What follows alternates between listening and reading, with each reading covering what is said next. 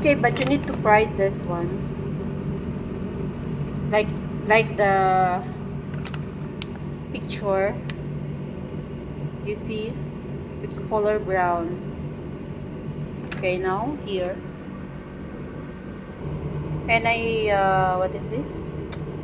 I prepare for the sauce. Okay, this is the name of the sauce. Not too much, okay? Not too much, only little. You can spread the tortillas or tortilla bread. They call this, Arabic is kabus or kubus.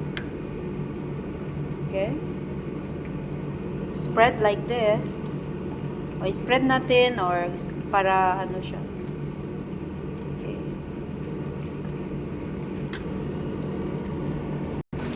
Okay, naluto na po siya, okay? It's cooked already. So I will transfer here. Transfer natin dito.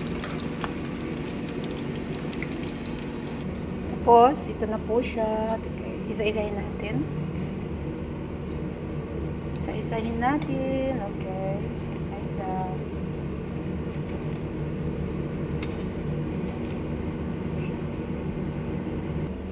Okay. Para po sa pagluto din ng kubos, lalagay ko po siya dito. After po dito, transfer ko siya dito. Okay? Ito na yun. Okay, dito po.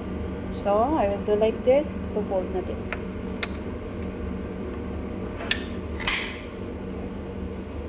Just maybe like 3 minutes or 2 minutes. Like this. Tapos i-fold ko siya ng ganito. Like this. Fold.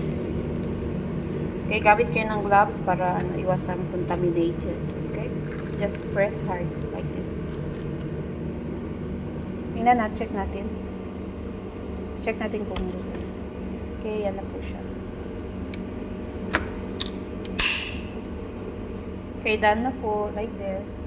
Paano natin kunin yung loob ng ating mga alaga? Okay, kung ano yung gusto nilang ipaluto, sige, kakayanin. Buhay OFW.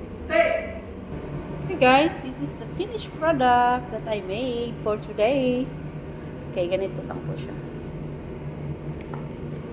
Easy to make.